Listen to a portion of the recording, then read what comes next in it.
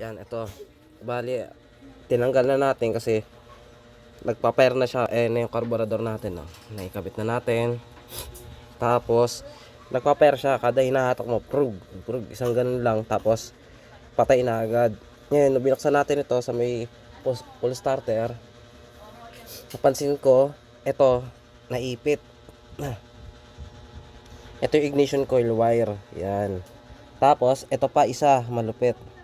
Oh, nakadikit na yan dyan, oh, sa may bakal. So ngayon, anong mangyayari? Pag ito dumikit sa bakal, ayan yung kill switch. Siyempre, pag nag-vibrate, galaw. O ngayon, dumikit. Ang mangyayari niyan, papatayin yung makina. Ayan, oh.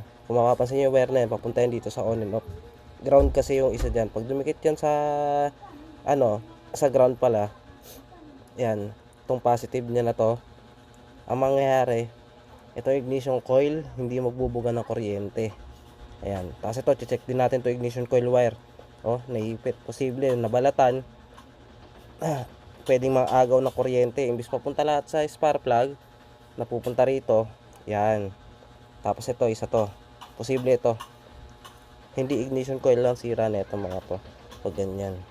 Yan. Try natin lagyan ng electrical tape. Tapos fire tayo ulit. Tingnan natin kung magtutuloy na. Palagi ko ito ang problema. Ayan. Yan.